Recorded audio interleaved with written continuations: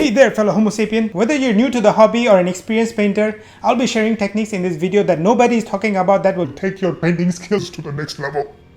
And I'll be sharing why I chose this proxy model instead of the official Great Unclean One for my Death Guard army. So let's get right to it!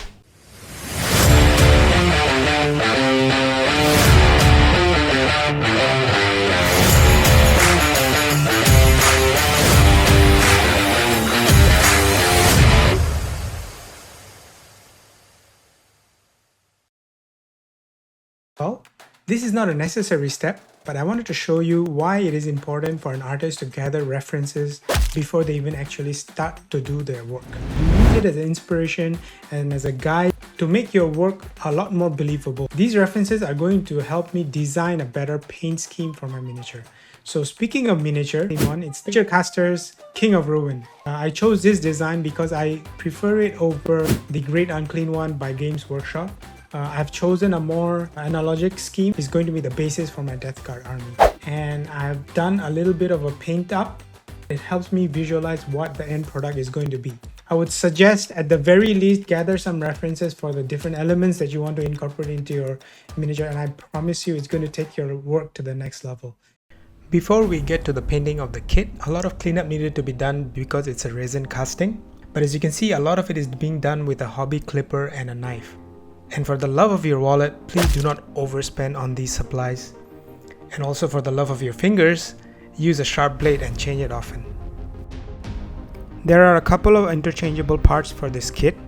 One being the alternate head, one being the sword of course, and the wallet. I magnetized the parts so they are interchangeable. And all that was left was to assemble. The next important thing for an artist is to understand a little bit of color theory. You can start out with just knowing the basics of color mixing. What do you get when you mix basic colors like red and yellow or yellow and blue? Then how you can affect the tone of the color by adding a bit of white or black. This will really open up your skill set and you won't need to have all the different shades for the different models that you intend to build.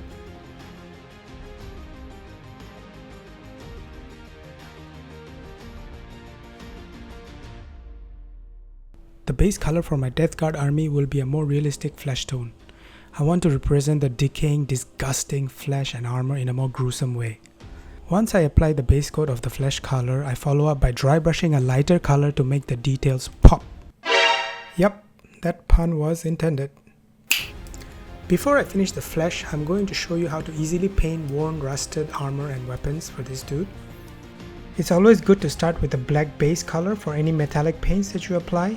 Hence, in this case, I'm using black and with a silver dry brush on top. I primarily use dry brushing and oil washes to bring out the sculpted details. I see a lot of painters painting a lot of details and making use of too many colors in just one project. Sometimes less can be more. There needs to be a balance between the areas with details and areas which are simpler to create a good aesthetic look. Basically, when there is a good balance in the contrasting elements, does an artwork truly shine. As Obi-Wan has said, "Bring balance to the Force, not leave it in darkness!" The ability to mix colors you want will come with time, but you can always experiment with different colors and shades to grow your own mental library. Eventually, it will become intuitive.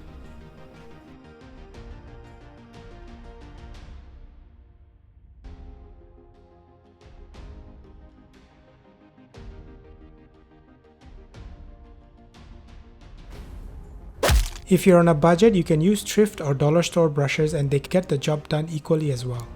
I always teach my students to develop their skill set rather than worry about what expensive tools they need to get. This applies to both traditional and digital mediums. I only use 3 types of brushes here: a detailing brush, a couple of medium-sized brushes, and a couple of flat brushes for dry brushing.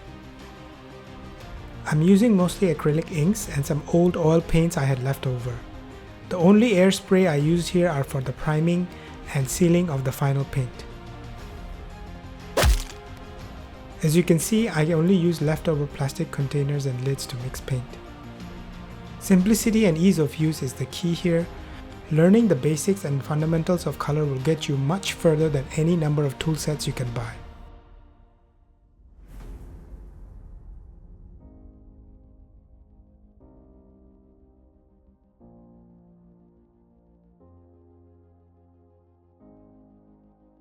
Although I was emphasizing the importance of real-life photo references, since nature provides some of the best references you can find as an artist. But you can also get ideas and inspiration from other forms of art such as makeup effects for film and TV. I have been binging on The Walking Dead recently. Despite what you think of the later seasons of the show, the makeup effects are mostly great. It gave me some ideas for rotting flesh and colors that I could use for my Death Guard army. Although this model will be the basis for that army, I think there will be opportunities to create some cool variations within the army itself. I also have plans for other Chaos armies to build, and I can't wait to share the processes with you. Yes, you! Can't believe you made it this far into the video. Just a little longer, I promise.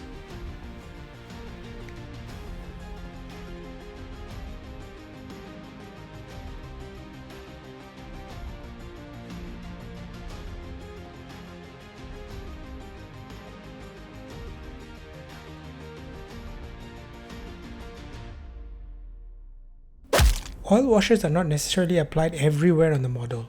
While they can help to unify the colors at the end of the painting process, sometimes they can be used sparingly and selectively in certain areas as I am doing here.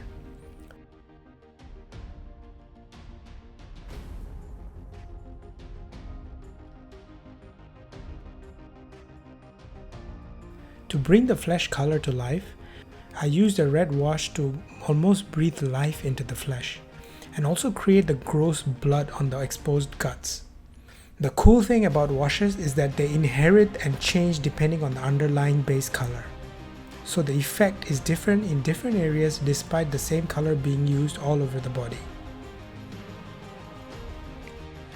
Hope you found the tips shared in this video useful.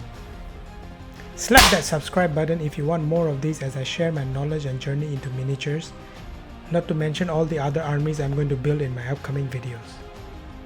And I have to give one final shout out to the folks at Hammer House Singapore for getting me into this miniature painting hobby. Do check them out. Link is in the description below. Don't forget to stay until the end to see the showcase of the model. Until the next video, sayonara folks.